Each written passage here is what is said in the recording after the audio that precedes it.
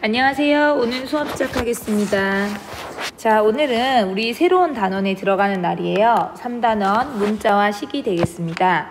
교과서 페이지는 지금 72쪽에 해당되는 부분이고요. 책을 먼저 펴주시기 바랍니다. 자, 72쪽에 보시면 문자와 식이 있는데 이 단원에서 우리가 공부하는 여러 가지 소단원들이 쭉 보입니다. 문자를 사용한 식, 식의 값, 1차식, 그리고 방정식도 배우고요. 등식의 성질과 1차 방정식의 풀이까지 아주 중요한 부분을 많이 배우게 됩니다. 우리가 중학교 때 지금 배우고 있는 모든 단원이 다 중요하지만 앞에서 배운 여러 가지 연산이라든가 그걸 가지고 또 문자를 사용하게 되는 이러한 부분, 지금 이런 내용들이 모두 중학교 2학년, 3학년, 고등학교 때까지 다 이어지면서 심화가 되는 부분이기 때문에 여러분이 중학교 1학년 수학을 절대로 놓치면 안 되는 이유가 됩니다. 자, 그러면 3단원에 있는 문자와 식은 과연 무엇을 공부할 것인가? 선생님이랑 이제 같이 시작을 해볼게요. 우리가 주변에서 휴대전화 아이콘이나 공공 안내 표지판과 같이 전달하려는 내용을 한눈에 알아보기 쉽게 하기 위해서 그림이나 기호 또는 문자로 나타낸 것을 볼 수가 있습니다. 그래서 수학에서도 어떤 문제와 그 해결 과정을 간결하게 표현하기 위해 많은 노력을 예전부터 했는데요. 자, 그런 간결하게 표현하는 방법, 문자를 사용하는 방법, 그것을 지금부터 공부하는 겁니다. 자, 그러면 우리 본격적으로 교과서에 들어가기 전에 일단 선생님이 준비한 영상에 문자를 사용하는 이유, 문자가 유용한 이유, 자, 그런 것들에 대해서 생각해 볼 수 있는 영상 한번 보고 수업하도록 하겠습니다. 각국의 학생들은 수학 문제를 어떻게 풀까? 수학 프로젝트 미션에 참가하기 위해서 세르비아, 루마니아, 일본, 미국의 학생들이 한자리에 모였습니다. Hi, my name is Duncan. I'm from the USA. Dobar dan, ja sam Jelena I dolazim iz Srbije. 日本から来たカイです。よろしくお願いします。 Bună ziua, numele meu e Andreea și vin din România. 생김새도 다르고 국적도 다른 만큼 그들이 읽고 쓰는 언어도 각양각색. 4명의 학생들에게 각국의 언어로 표현된 수학 문제를 전달했는데요. 표정들을 보니 더욱 궁금해집니다. 오늘 이들이 풀어야 할 문제는 과연 어떤 것일까요? 4명의 학생들이 풀어야 할 수학 문제는 도형의 면적 구하기. 아랫변의 길이가 5cm, 윗변의 길이가 3cm, 높이가 4cm인 사다리꼴의 넓이를 구하는 것입니다. 자, 그럼 4명의 학생들이 사다리꼴 넓이를 어떻게 푸는지 한번 지켜볼까요? 세르비아에서 온 엘리나는 사다리꼴 넓이를 구하는 수학 공식을 이용해 문제를 풀어갑니다.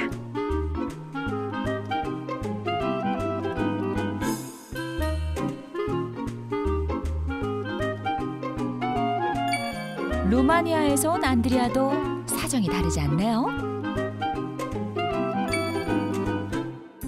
학생들이 수학 문제를 풀기 시작한 지 얼마 후 문제의 답을 물어봤습니다. The answer must be 16 centimeters squared. 4명의 학생들이 푼 문제의 답을 비교해보니 16제곱센티미터로 모두 같습니다. 어떻게 다들 똑같은 답을 얻었을까요?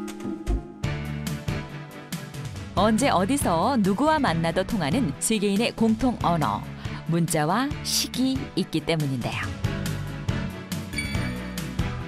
일본의 중학교에서 배우는 수학 교과서를 한번 펼쳐볼까요? 설명하는 언어는 달라도 사다리꼴 넓이를 구하는 수학 공식은 윗변의 길이 더하기 아랫변의 길이 곱하기 높이 나누기 2로 일본이나 한국 할 것 없이 유사합니다. 수학 공식은 세계인의 공통된 약속이나 다름없는 다양한 문자와 기호로 이루어져 있기 때문이죠.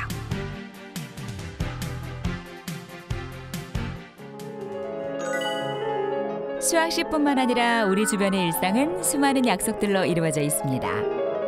아름다운 선율을 그려내는 음악의 악보가 그렇습니다. 거리에서 흔히 만날 수 있는 다양한 교통 표지판도 마찬가지. 복잡하고 긴 설명을 이해하기 쉽게 전달해주죠. 그런데 이런 기호가 나타내는 약속을 알지 못하면 생활에 큰 어려움을 겪을 수밖에 없습니다. 마찬가지로 수학에서 기호가 사라진다면 어떨까? 한번 상상해 봅시다. 어느 중학교 교실에서 수학 시험이 한창입니다. 복잡한 수학 기호들 때문에 수학이 어렵기만 하다고요? 만약 이 수학 기호들이 없었다면 문제는 오히려 더 길고 복잡해질 뿐입니다. 수학 문제와 풀이 과정을 모두 글로 풀어서 써야 하기 때문이죠. 복잡한 상황을 일일이 말로 다 표현하지 않고도 간단히 표현해주는 문자와 식. 문자와 식이 없었다면 수학책은 아마 지금보다 훨씬 더 뚱뚱하고 무거웠을 겁니다. 그리고 수학 공부 역시 훨씬 복잡하고 어려워졌겠죠?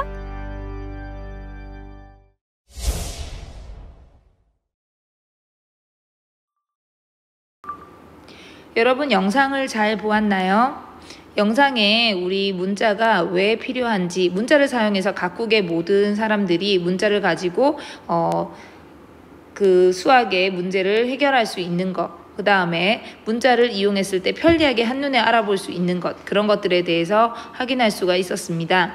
자, 지금 교과서 73쪽에 보시면 준비해 볼까가 있는데, 초등학교 때부터 그리고 우리 중학교 앞단원에서 요 단원을 공부하기 위해 선행되어야 될 부분이에요. 그래서 준비해 볼까 한번 문제를 풀어보고 넘어가겠습니다.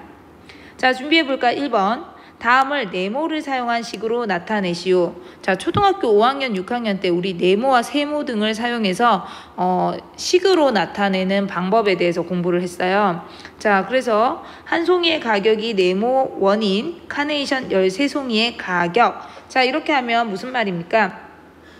한 송이에 얼마? 네모예요. 자, 그러면 13송이는 얼마일까? 바로 한 송이마다 네모원이니까 13송이 하면 네모원만큼 곱해주면 되겠죠. 그래서 13 곱하기 네모 해서 원, 이렇게 계산해 주면 되겠습니다. 물론 네모 곱하기 13 해서 원, 자, 이렇게 적어도 같은 답이 되겠어요. 자, 그리고 2번. 자, 2번은 뭡니까? 선생님 문자식을 배우는데 지금 정수에 사칙연산이 나와 있네요. 자, 이거는 우리가 지금 문자를 가지고 이 단원에서 문자만 배우는 게 아니고 문자를 가지고 계산하는 법까지 배우기 때문에 앞에 있는 정수와 유리수의 사칙연산 반드시 잘할 수 있어야 돼요. 자, 1번부터 복습해 보겠습니다. 1번 2 더하기 음수 5. 자, 이거는 뭡니까? 그렇죠. 덧셈은 우리가 절대값이 큰 쪽에 부호를 붙이고 2와 5의 차이인 3을 적어주면 되죠. 왜? 부호가 다르니까. 자, 2번. 뺄셈은 어떻게 합니까? 뺄셈은 무조건 덧셈으로 바꾼 후에 뒤에 수의 부호를 바꾼다. 자, 그런데 이 부호가 두 개가 같네? 같으면 그 공통인 부호를 붙이고 절대값의 합을 계산한다. 자, 그래서 음수 11이 됩니다. 3번 3 곱하기 음수 8. 자, 곱셈의 계산법은 어떻게 합니까? 곱셈은 부호가 다를 때에는 무조건 마이너스를 붙이고 절대값끼리 곱한다. 3, 8에 24. 4번. 자, 나눗셈도 마찬가지로 우리가 지금 부호를 먼저 결정할 수 있는데 같은 부호일 때는 무조건 플러스 부호, 그리고 12 나누기 4를 계산하면 된다. 자, 12 나누기 4는 3이죠. 자, 이렇게 양수 3 계산할 수가 있습니다. 자, 3번 한번 가보겠습니다. 다음에 분배 법칙을 이용하여 계산하시오. 자, 분배 법칙은 뭐였어요?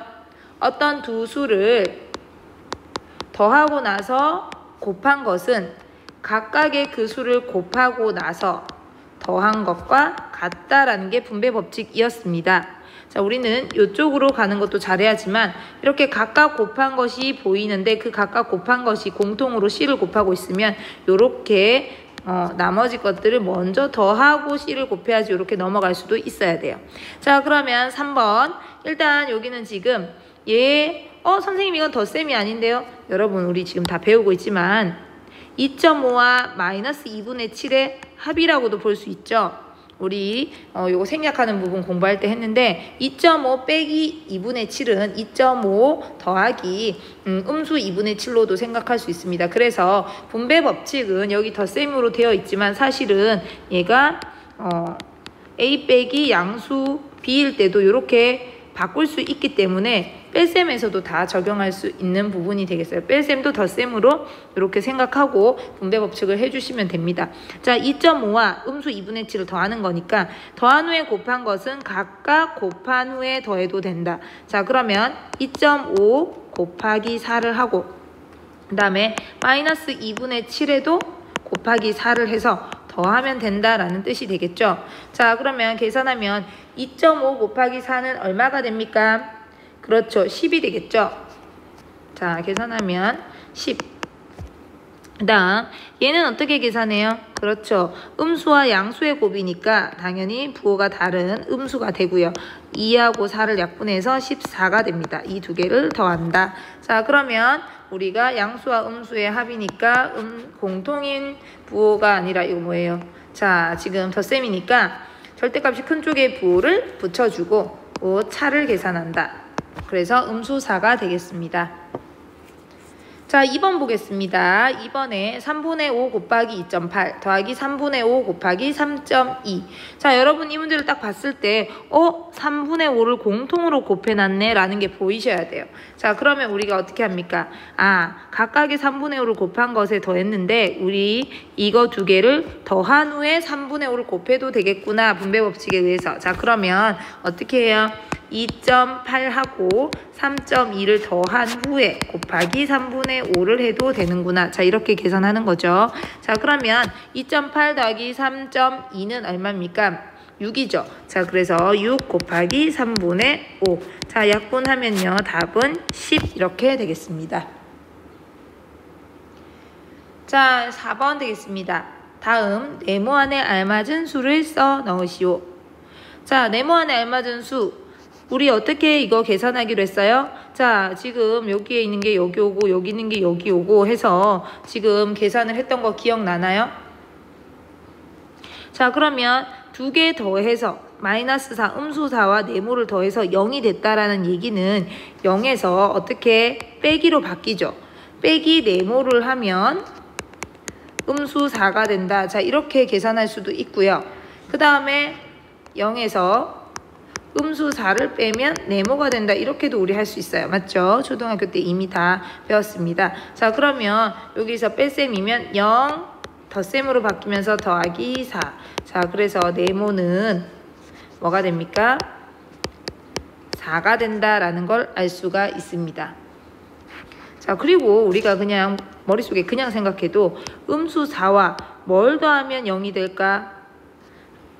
바로 부호가 다른 양수 4가 오면 0이 된다는 거 알고 있죠. 그래서 답은 4가 되겠고요. 자, 그 다음 3분의 1에다가 네모를 곱해서 1이 되네. 자, 곱해서 1이 되는 거 이거 뭡니까? 역수의 뜻이죠. 역수. 자, 역수인데 그럼 3분의 1의 역수를 여기다가 적어주면 되겠습니다. 3분의 1의 역수. 근데 3분의 1의 역수, 분수의 역수는 어떻게 하기로 했어요? 부호는 같으면서 뒤집으면 된다라고 했죠. 자, 그러면 얘는 3이다 라는 걸 우리가 알 수 있습니다. 3. 자, 그래서 답은 이렇게 구할 수가 있겠습니다.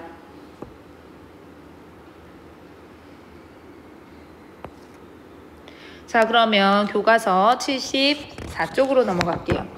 자, 74쪽은 여러분 아까 전에 우리 동영상에서 본 것처럼 간결하고 알기 쉽게 나타낼 수 있는 그림 문자에 대해서 나와 있는데요. 우리가 공공장소에서 볼 수 있는 여러 가지 그림 문자의 각각의 의미 이런 것들을 한번 쭉 읽어보면서 이런 것들 때문에 우리가 간단한 문자, 기호, 그림 이런 것들을 사용하는구나 이해하시고 넘어가시면 되겠습니다. 각자 읽어주시고요. 75쪽 문자를 사용한 식 본격적으로 갑니다. 자, 생각열기 봐주세요.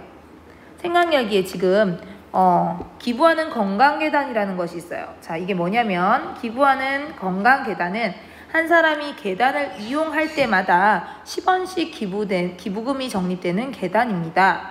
한 사람이 한 번만 건강계단을 이용한다고 할 때 건강계단 이용자 수에 따라 적립되는 총 기부금액을 어떻게 나타낼지 생각해 봅시다. 자, 여러분, 한 명이 이 계단을 이용하면 10원이 적립돼요. 자, 그러면 여기 몇 사람이 이용되느냐에 따라 기부금액이 달라지겠죠. 자, 활동을 한번 선생님이랑 답을 한번 구해 볼게요.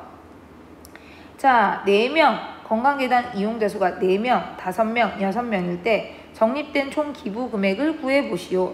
자, 한 명당 10원입니다. 자, 한 명당 10원 적립돼요. 그러면 4명일 때는 당연히 얼마겠습니까? 40원. 5명일 때는 50원. 6명일 때는 60원이 됩니다. 자, 이해되셨죠? 자, 활동 2에 건강계단 이용자 수를 세모명이라고 할 때 적립된 총 기부금액을 세모를 사용하여 나타내 보자. 자, 세모를 이용하자고 했으니까요. 어떻게 됩니까? 한 명당 10원. 10. 선생님은 다시. 자, 10 곱하기 한 명일 때는 10원. 2명일 때는 20원. 3명일 때는 30원. 4명일 때는 40원. 자, 이런 식으로 지금 적립이 됩니다. 그러면 규칙을 찾아보는 거예요. 자, 10원 곱하기 이용자 수 해주면 이게 바로, 자, 이거에다가 원을 붙여주면 이게 바로 뭐가 됩니까? 그렇죠. 우리가 일반적으로 기부금액을 나타내는 것이라고 할 수 있습니다. 자, 그런데 이렇게 한글로 이용자 수 하는 것보다 아까 전에 이 한글 말고 미국에서, 그 다음에 일본에서 모든 나라 사람들이 다 쉽게 표현하기 위해서 우리가 아까 전에 문자를 사용할 거라고 얘기를 했잖아요. 동영상에서. 자, 우리는 아직 문자를 배우진 않았으니 여기에 세모를 사용하여 나타내라고 했는데 10 곱하기 이용자 수를 세모라고 나타내시오 했으니까 세모라고 하면 10 곱하기 세모는 이렇게 나타내면 되겠구나. 이게 답이 되겠습니다. 이게 답이 되겠죠. 그런데 초등학교 때는 우리가 네모, 세모 이런 것들을 사용해서 식으로 나타냈어요. 그런데 이 방법은 문제 상황이 만약에 복잡해지고 우리가 지칭해야 되는 게 여기 지금 이용자 수만 있으니까 세모명 했는데 만약에 여러 가지를 지칭해야 될 때는 너무 많아지면 네모, 세모, 동그라미, 별표, 그 다음에 뭐 하지 이러면서 헷갈릴 수가 있겠죠. 그래서 지금부터는 이제 초등학교 때 사용했던 이러한 기호보다는 문자로 보통 알파벳을 알파벳을 이용해서 우리가 나타내게 됩니다. 그래서 그 알파벳 문자는 보통은 소문자를 이용하는데 소문자 뭐 A, B, C 그 다음에 X, Y, Z 뭐 이런 식으로 이런 것들을 사용하게 돼요.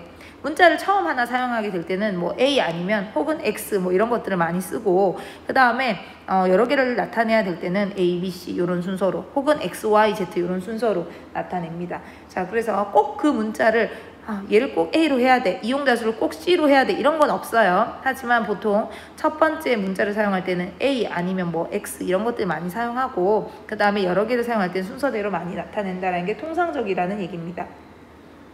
자, 이와 같이 만약에 선생님이 방금 활동 2에서 세모를 사용해서 나타내면 이렇게 되는데 그럼 방금 우리가 문자를 사용하면 더 편리할 것이다 라고 얘기를 했으니까 이 이용자 수를 이번에는 세모가 아니라 X라고 한번 해볼까요? 그러면 우리 뭐라고 나타내면 좋겠습니까? 답을 10 더하기 X 1 이렇게 나타내면 기부금액을 쉽게 누구나 한눈에 알아볼 수 있게 표현할 수가 있겠죠. 문자를 사용하면 구체적인 값이 주어지지 않는 어떤 수량, 그 다음 수량 사이의 관계를 간단한 식으로 나타낼 수 있게 되어 편리합니다. 자, 우리는 이제 이런 상황처럼 문자를 사용하는 것에 익숙해져야 돼요. 자, 그러면 선생님이랑 같이 한번 또 연습을 해보도록 할게요. 자, 다음 페이지 76쪽에 문제 1번이 있습니다.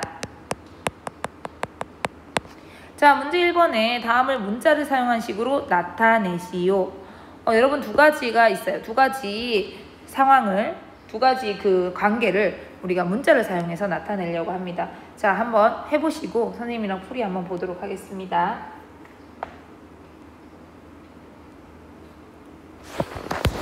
자, 되었나요? 자, 1번. 1초마다 480MB씩 자료를 전송할 때 X초 동안 전송한 자료의 용량. 자, 모르겠다 싶으면 선생님처럼 아까 전에 생각해 보세요. 1초에 480만큼씩 전송이 됩니다. 자, 선생님이. 자, 그 다음에 2초 때는 당연히 480에 곱하기 2만큼 자, 전송이 되겠죠. 그러면 960MB가 전송이 됩니다. 맞습니까? 자, 그 다음 3초 때는 480 전송되니까 480이 3번 더해지는 480의 3배, 480 곱하기 3만큼 전송이 됩니다. 그러면 어떻게 됩니까? 1440MB. 자, 이렇게 되죠. 자, 그러면 이런 식으로 규칙이 될 때 X초 동안 전송한 자료의 용량이라고 했어요. 자, 그러면 아까는 네모라고 우리 초등학교 때 배웠지만 이제 문자를 사용해서 X초라고 하자. 자, 그러면 1초일 때는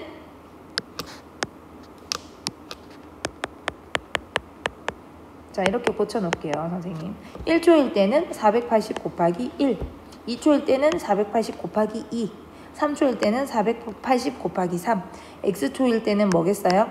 480 곱하기 X 이렇게 되겠죠. 자, 이 메가바이트만큼이 전송되는 용량이 되겠습니다. X초일 때. 그래서 답은 480 곱하기 X. 자, 여기다 그냥 이렇게 단위가 있을 때는요. 여기를 지금 하나에 지금 요 하나가 아니고 480 곱하기 X라는 하나의 식으로 나타났으니까 얘는 보통 괄호를 이용해서 이렇게 단위를 적어주도록 합니다. 자, 2번 보겠습니다. 음료수 1000ml를 4명이 똑같이 Xml씩 마셨을 때 남은 음료수의 양. 자, 그러면 우리 여기에 헷갈릴 때는 아까처럼 여기에 지금 X라는 곳에다가 1씩, 2씩, 3씩 이렇게 숫자를 집어넣어 보는 거예요. 자, 그러면 X가 1이라고 생각해 봅시다. 그러면 똑같이 1ml씩 마셨을 때 남은 음료수의 양 생각해 볼까요? 자, 4명이 똑같이 Xml씩 그 중에 X가 1인 경우 1ml씩 마셨다면 4명이 마신 양은 4 곱하기 1이 됩니다. 1ml씩 4명. 그러니까 1 곱하기 4, 4 곱하기 1이 되겠죠. 자, 그 다음 남은 양을 구하라고 했으니까 1000에서 4만큼을 마셨으니까 996 이렇게 되겠죠. 자, 그 다음에 똑같이 2ml씩 마셨다고 생각해 보세요. 그러면 2mm, 2mm, 2mm, 2mm, 2mm 곱하기 4가 됩니다. 그래서 4 곱하기 4명이서 2를 마셨다. 자, 그러면 거기에서 이게 마신 양이고 1000에서 또 빼주면 답이 나오겠죠. 992. 자, 그런데 3ml씩 마셨다 하면 어떻게 됩니까? 4명 곱하기 3만큼 마셨는데 1000에서 빼주면 이게 남은 양이다. 자, 4ml씩 마셨다 하면 4명이서 4만큼 마셨으니까 4 곱하기 4만큼 마셨는데 남은 양은 1000에서 마신 양을 빼면 남은 양이다. 자, 이렇게 우리가 식을 세울 수가 있어요. 그럼 여기에서 지금 Xml씩 마셨다 하면 어떻게 됩니까? 자, 지금 1000에서 얼마씩? 4명이서 1, 2, 3, 4 X만큼 마셨다 이 뜻이죠. 그래서 4 곱하기 X만큼 마셨을 때 우리가 1000에서 빼주면 이게 바로 뭐다? 남은 우유의 양이, 음료수의 양이 된다라는 뜻이에요. 자, 그래서 1000 빼기 4 곱하기 X ml 이게 정답이 되겠습니다. 오늘 우리가 문자를 사용하면 구체적인 값이 주어지지 않은 수량이나 수량 사이의 관계를 간단히 식으로 나타낼 수 있어 편리하다라는 걸 알게 됐고요. 자, 이러한 우리 문자 사용에 좀 익숙해져야 되겠고, 그 다음 문자를 사용해서 앞으로 계산하는 법까지 잘 할 수 있도록 준비가 되어 있어야 되겠습니다. 다음 시간에는 곱셈 기호의 생략, 그 다음 나눗셈 기호가 있는 식을 간단히 나타내는 법에 대해서 공부를 하고요. 오늘은 붙임 파일에 있는 프린트를 풀어서 과제 제출해 주시기 바랍니다. 수고하셨습니다.